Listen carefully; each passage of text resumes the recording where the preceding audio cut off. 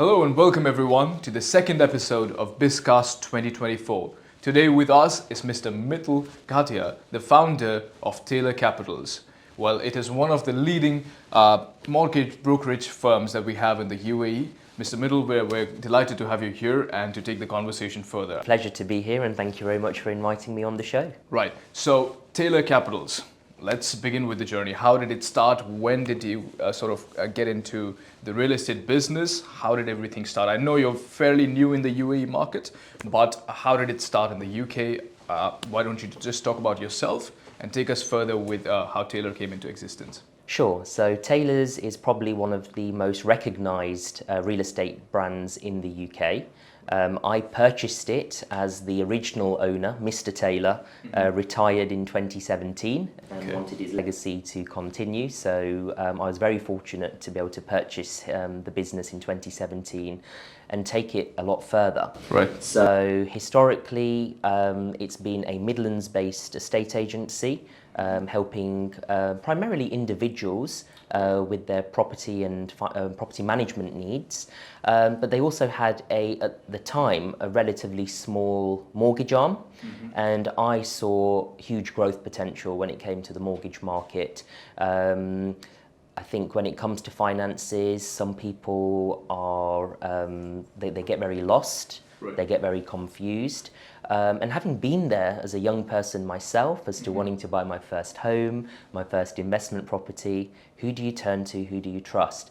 So I wanted to make sure our firm was at the forefront of people's minds when it came to those life-changing decisions, and we wanted to make sure that we provide clarity, but also make sure that we give bespoke advice, because everyone's an individual at the end of the day. Their circumstances are all very different, so there is no one size fits all. And there's a massive need, I think, for bespoke advice, getting the right advice. And when you've got so much choice out there in terms of lending propositions, which bank do you go with, which product's right for the client, it can be very confusing. And the worst thing is, if customers don't get the right advice, they could end up with a lifelong commitment which is not right for them, So we're very much there to make sure people get the best investment, they get the right deal, which is suitable for them. Right. Now that takes me to the first question. How old were you when you bought your first property? I was 18 when I bought my first property. Now, you were 18 when you bought your first property. I'm pretty sure you're dealing with lots of youngsters that also come to you, probably not at the age of 18, but probably 20s. Now, when you were that age, did you have a mentor who was assisting you and someone you learned from, or was it books? Was it the study that you were doing? How was it? How did you analyze properties back then? And of course, I'm pretty sure you follow the same methodology right now, or has there been a change? Good question. So my family have always been into property. So as an only child, you're around your parents and your uncles and aunts around them all the time, listening. So you do pick up, what they're saying from an early age. And having worked in banking originally, so I worked in retail banking, and I could see what clients were purchasing and what was a good deal. So my very first property was a city centre apartment in the UK. It was a distress sale. The developer was about to, basically go under. And I just knew I had to go and buy that property. So I managed to get the deposit, the finance, and I long sold it now, but that was a really good first purchase. I'm pretty sure about that. And let's consider about the return on investment that you get on properties, because I've had lots of real estate brokers that I work with as clients of ours, and I'm pretty sure most of our consultants work with real estate brokers. For them, the best pitching point in the UAE is the ROI that you get on rental income. What do you think is the right way? Is that the best selling point that we have in the UAE, considering the UAE market? Or do you think there's more to the UAE market than just the rental income that the buyers generate? So for any investment, and what's attracted me primarily to the UAE is the capital appreciation is growing at an immense rate, but so is the rental income. So actually, there's not that many investments out there that can give you capital growth as well as a decent monthly income as well. Certainly back home, Usually it's either capital growth in Right. places like London and the southeast, but then a lower monthly margin, Right. or you can invest in the north of the UK generally, get a higher yield, but then there's not much room for capital appreciation. Right. I think the UAE is a safe haven where it offers both, and that's primarily what's attracted me here in the first place, because I do think, I think one of the barriers here, if I may, is, so far I think it's only been open to people with a lot of capital. Right. So, and I know a lot of people want to invest in the UAE and be part of that journey, but they don't necessarily have the full capital. Even though developers are offering payment plans, they call them bullet payments, and it's a lot of capital for some investors. So I think where we then come in is, if people are able to have, a decent sized deposit, but we can offer finance over a longer term, at really modest interest rates as well. Actually, if we look on an international scale, UAE interest rates are fairly low. Yeah, if you look at the history of interest rates. So, and I think when you see rents going up by around over 20% per annum, which I know is a bit of an issue for renters in Dubai, but from an investment perspective, it's fantastic. So why would people not want to be part of that? Absolutely. Now, considering the UAE market, so we've just diverted to the UAE market. What do you think? What are the bases on which you analyze a property from an investor's perspective? And what do you think would be a mouth-watering deal for you with the moment you see something like that? Would it be, let's say, villas? Would it be townhouses? Would it be an apartment? What would be the most interesting, or the most important thing for you to analyze a property and to just invest your money blindly? Or is there anything as such? So as they always say, it's all about location, location, location. So location is everything, of course, here. What's interesting though, if we look at some of the stats, so because I sometimes hear negativity about the property market in the UAE. Oh, it's the bubble that could burst. We'll talk about that as well.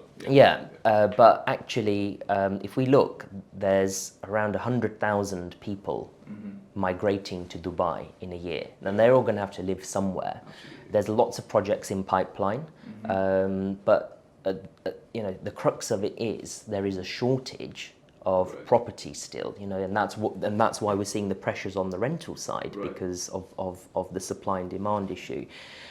What I've also seen in Dubai is there's a lot of apartments being built.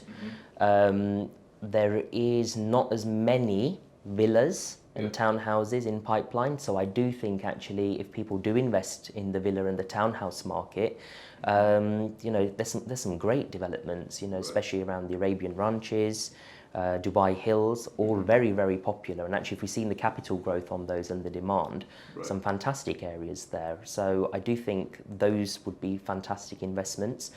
Anything around, of course, downtown, Business Bay, prime areas,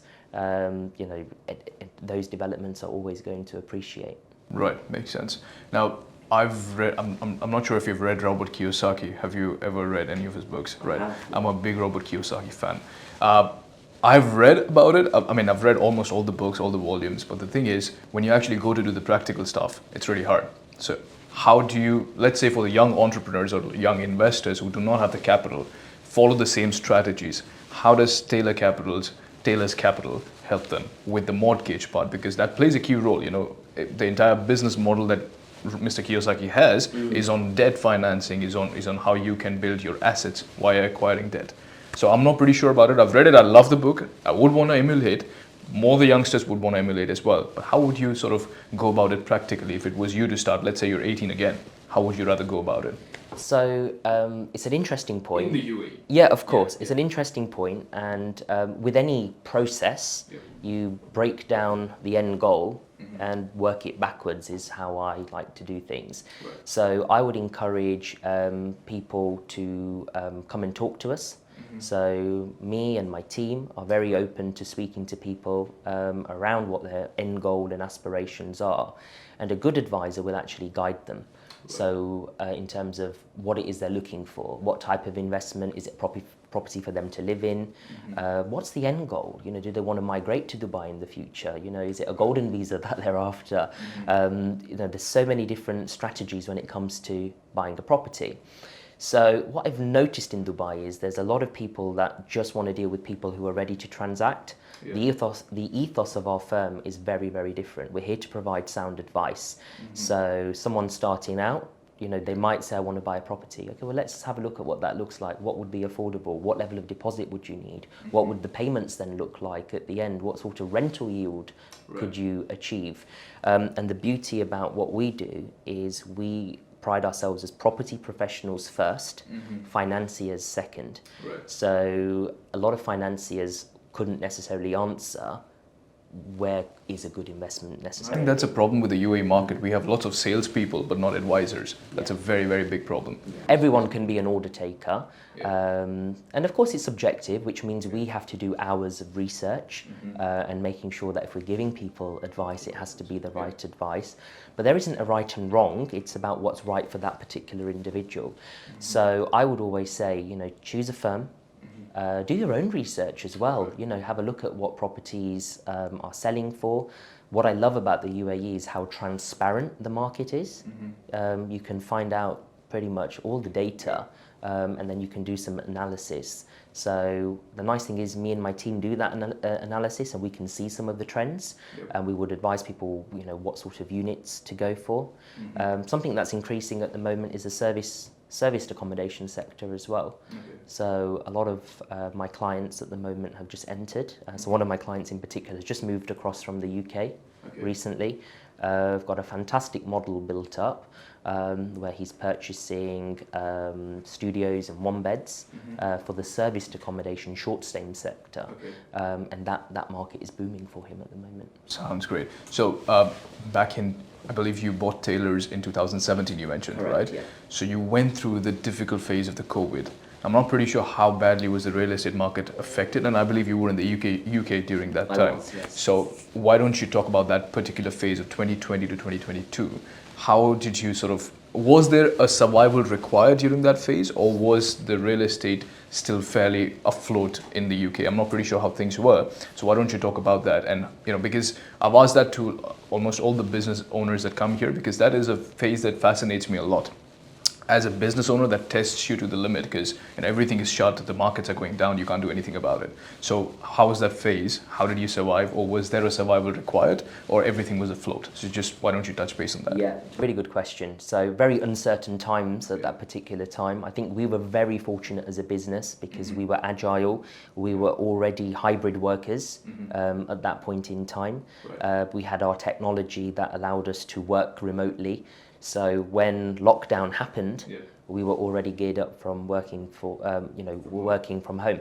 So our strategy was very much on retaining our business. So, you know, there was a period where, you know, we weren't allowed to leave our homes. People weren't, you know, the real estate market did shut down for a period of time.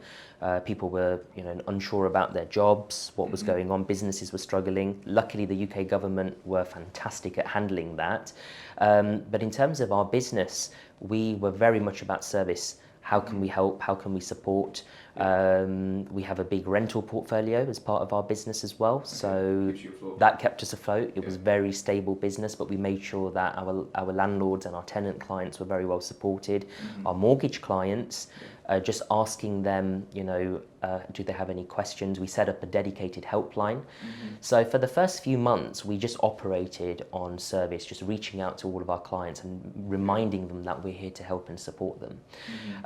Shortly after, when things started to open, it made people realize what their goals, what their dreams were.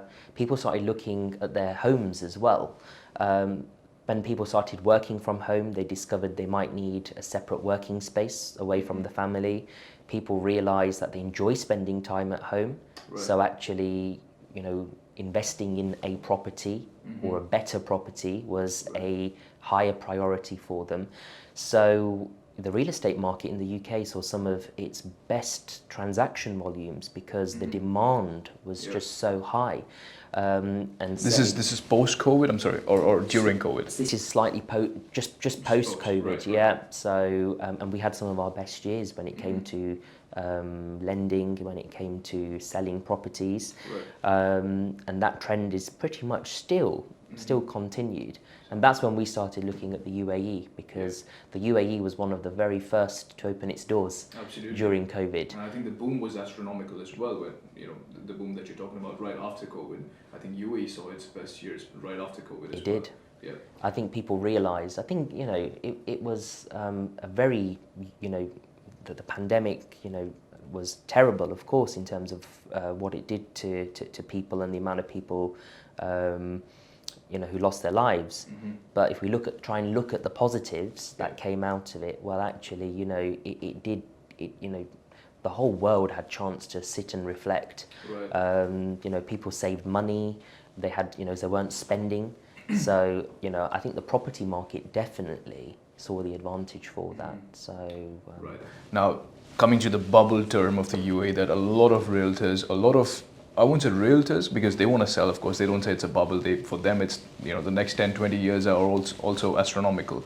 But lots of finance gurus, or, you know, lots of PhD candidates or holders, people who've studied the markets, they come up with the fact that this bubble will burst. Something like the 2007 or 2008 crisis that happened would be happening in the UAE pretty soon, probably in the next 5 years or something like that. What do you have to say about that? Do you think it's a bubble, or do you think it is a genuine growth which will be on the rise as well? Of course, each market has its downwards trend as well, so I'm pretty sure that would happen in the UAE. But would that be a bubble burst, or would that just be a market correction? What do you think about that? I do believe that over the long term, in terms of the UAE's overall strategy, I think, you know, they're very smart in terms of the way they're encouraging businesses to invest here, the taxation system.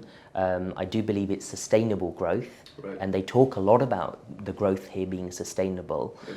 So the pundits that predict that it's a bubble, I think with any market, we see the peaks and the troughs. So I know we've just seen a peak recently because we've had an influx of money due to the various wars and things out there, and we've had you know, a population of people migrate here and bring their money with them, and that's put some pressure onto the market and helped prices. But I think that will slow down. But will that be a bubble burst? I don't think so. I think there'll be a slight dip.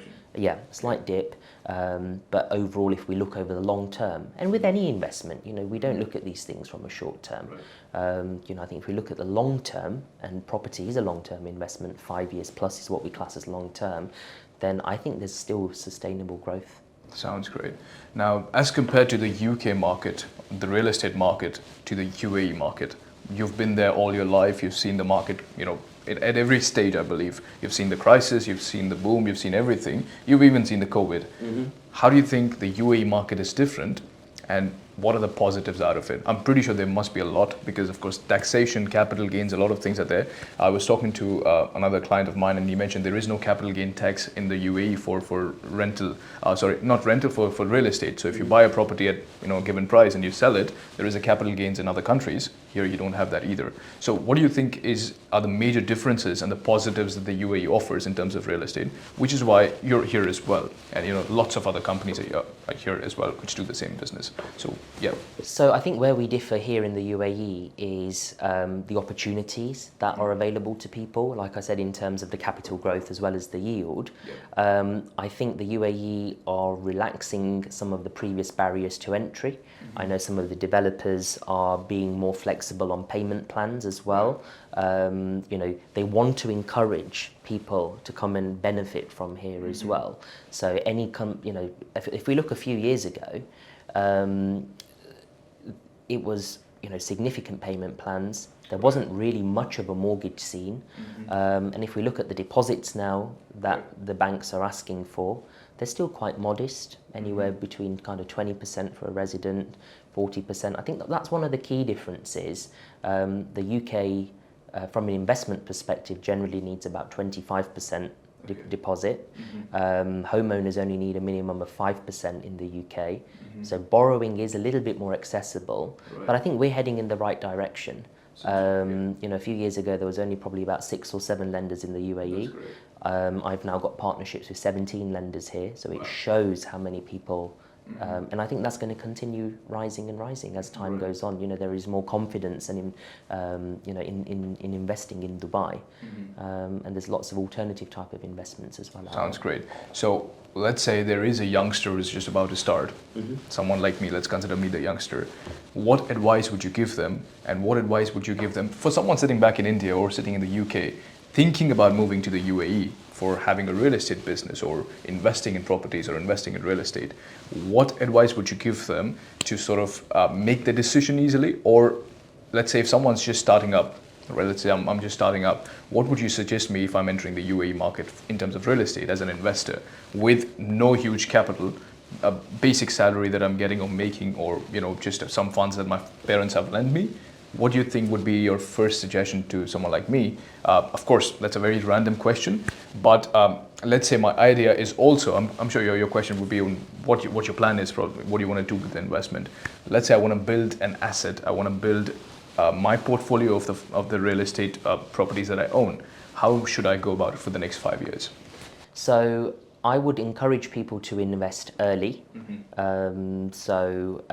You know, I think sometimes with Dubai in particular, you know, everyone's very cliche. I think everyone lives in this kind of Instagram, Facebook world, and everyone wants a villa on Palm Jumeirah or wants the dream property on Dubai Marina. You know, they are not, you know, unless you have the capital, they are not, you know, entry level properties for the average investor, let's face it. So what I'd encourage people to do actually is be sensible about this stuff. You know, you can buy in the UAE, even with the most modest of budgets, and there are some really up and coming areas. If we look at parts of Abu Dhabi, huge growth potential there as well. If we look at what they're doing in Ras Al Khaimah, you know, that I think, you know, that's almost a few years behind Dubai in terms of, you know, so people have got the foresight to invest long term and see it as an investment rather than a vanity project. Then I think there is definitely money to be made for everybody in Dubai. And I come across this all the time. You know, people, I want to buy on the Palm, and it's like it's not feasible for you as a first-time investor to do that, so let's look elsewhere, you know. And I think we have to look at it as an investment as well. You know, these are not properties necessarily that we're going to live in. You know, as long as they earn the money, you've got solid capital appreciation, an exit strategy as well, that's really important. So I always ask my clients, you know, what does their exit look like? Because if something goes wrong, you need to be able to liquidate your assets and go.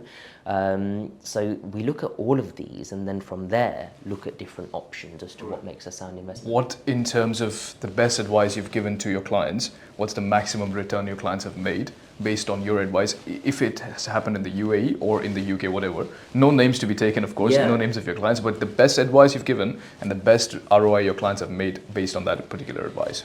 If any story you could share. Yeah, some interesting questions. So it depends on the project. So we have helped clients buy distressed properties, and they've almost doubled their money overnight. No work required to the house. It's just right place, right time. Because not everyone's always motivated by money. Sometimes if you can offer the convenience and you can offer a speedy transaction, that's a bigger motivator. Rare to find those opportunities, but we're very good at sourcing those, and people trust us and they come to us confidentially with those types of deals as well. So there's some examples of some very quick and easy turnkey investments. Others we've helped, we've helped with renovations of property, especially when we've bought old commercial property, old commercial buildings, and helped transform them into mixed use. Commercial on the ground floor, residential conversions, and then rented them out, increased the value, the GDV of the project, and then refinanced, and then we've been able to pay the original investors back, and then have an asset at the end of it, which is worth significantly more. Absolutely. Now, does that happen in the UAE as well? Because is it the value of the property? Let's say there's a studio which needs furbishment, which needs to be refurbished, and it's not in a very good condition. You're just planning to rent it out. If you refurbish it, would that increase the value of the property? Yeah. I'll give an example. Yeah. So recently, one of my clients has been looking in the Springs area. Stunning two-bed villas in the Springs, fantastic location, pretty central, very scenic in that area as well. The rental yields in terms of a property which is upgraded to the original spec is huge. So we're talking about maybe a $10,000-15,000 spend. Upgrade the kitchens, the bathrooms, flooring. There's only so much you can do in a two-bedroom property after all. The rent is almost double on the upgraded property versus the non-upgraded property. Now you might ask and think, well, actually, surely people will still go for the basic option. The upgraded property, even though the rent is double, they still fly out a lot faster than some of the properties with the older spec. Yeah. And I think Dubai is one of the markets as well where, you know, in certain areas people don't mind paying a premium for luxury and for convenience. So that's a huge market. And I've actually got 2 clients at the moment who specialize in just buying, properties which probably haven't had any TLC for some time, and they've come in and do a really nice modern spec, rip out those traditional brown kitchens that they used to love here once upon a time. Put brand new kitchens in, brand new bathrooms, the lighting, and yeah, double the rent. Makes sense. The golden visa strategy that the UAE has used, do you think that has pulled in more investors, or is it that was just happening anyway, irrespective if they would have pulled down the golden visa thing or not? Do you think that has been a huge shift as well, where you see lots of investors coming in just to get the golden visa, putting in more than 2 million dirhams of investment? Do you think you find lots of more clients just to sort of get the golden visa? We certainly get a lot of inquiries about the golden visa. There's a few myths around the golden visa just being via property purchase. That's not necessarily the case. It's based on your, you can qualify based on your salary as well. But property is perhaps the easiest way. Recently, we just heard that you no longer need the minimum deposit now. So as long as you buy a property in the UAE for 2 million dirhams, so that could be an off-plan project where you just put the nominal, let's say 10% deposit down, then you still qualify for a golden visa. So the barrier to entry now for a golden visa has been removed, and that is definitely attracting a lot more investment here. Makes sense. Well, thank you so much, Mr. Mitul. It's been a delight to speak to you. So ladies and gentlemen, that is our second episode with Mr. Mitul. I would definitely recommend all our young entrepreneurs or investors looking to invest in the UAE to get in touch with Taylors Capitals. You have an expert right here. It's really been a delight to be with you and to speak with you. Thank you so much. Thank you so much, ladies and gentlemen.